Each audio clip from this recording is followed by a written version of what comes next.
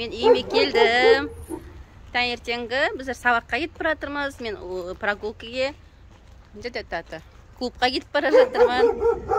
Итіме келіп амандасып кетейін деп жатырмын ғой. Кешеде.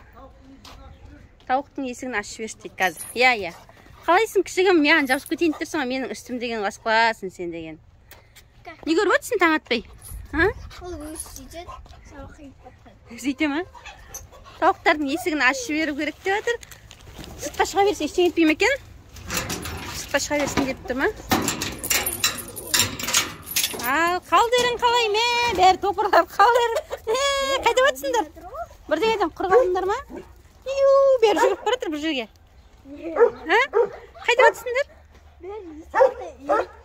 Сендер неге шықпай тұрсыңдар? Қорқып тұрсыңдар ма иттен? Мынау ақсаңдап қалып тұр ғой. Қара балапанға не ол? Балапан ба не ол? Қара балапанға не ол? Қоңыр де. Қоңыр. Жоқ, ана тауық болып өскен. Ақсақтап тұр аяғы. Бүйтіп жүре алмай тұр. Әне.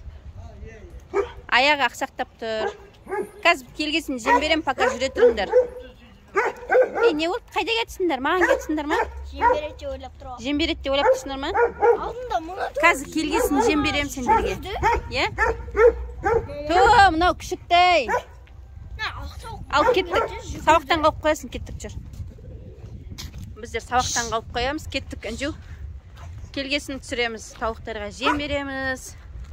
Бізден бірге болыңыздар, бізден ажырамаңыздар. Лайк, комментарий ұмытып кетпеңіздер.